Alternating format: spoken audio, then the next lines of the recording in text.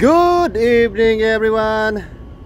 So ayan, patapos na yung loading natin.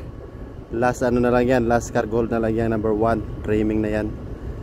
Kakarga lang na lang yan ng mga about siguro remaining is 250 or 500 around ganyan. So we are here in Gove, Australia. Tuwang-tuwa na yung mga pugi, yung mga boys natin.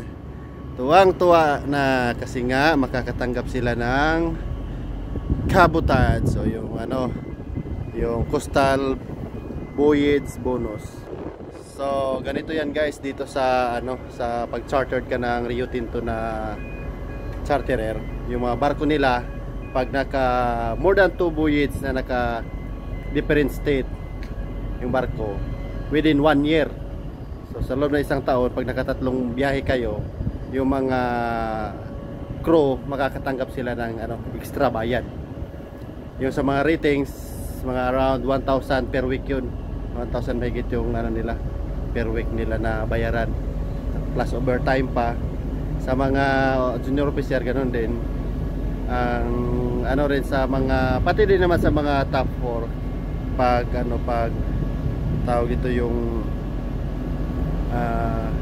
mababa yung rate sa yung sahod ng kapitan kumpara dito sa sahod dito sa sa Australia.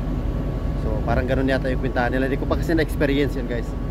So for today, so ngayon na itong biyahe na to ma-experience na natin. Pero for sure, ako hindi na ako makakatanggap kasi mas mataas-taas yata yung rate namin dito kumpara sa kanila.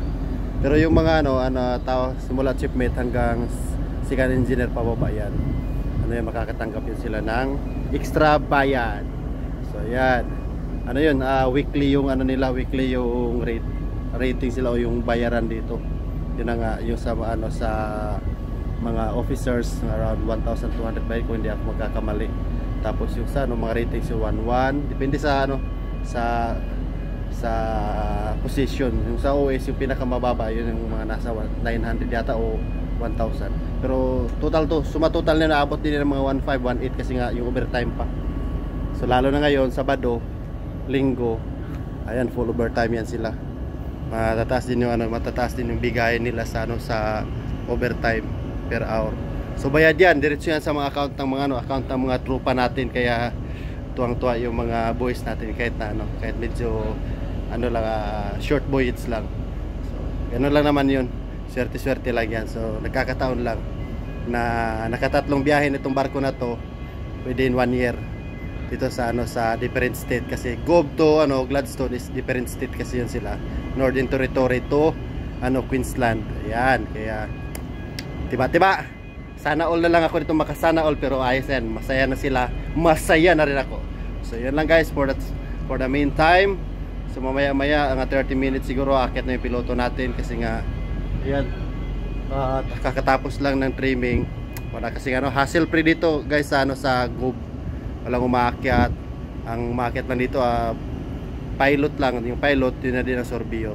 So yung lahat ng mga documentation is pro lang sa message. So wala tayong iisipin So yun lang. So ayan si Raymond ayan lipay na kain na, baka makadawat na kuan. Dako na kayo mga smile ba piloto. Sige.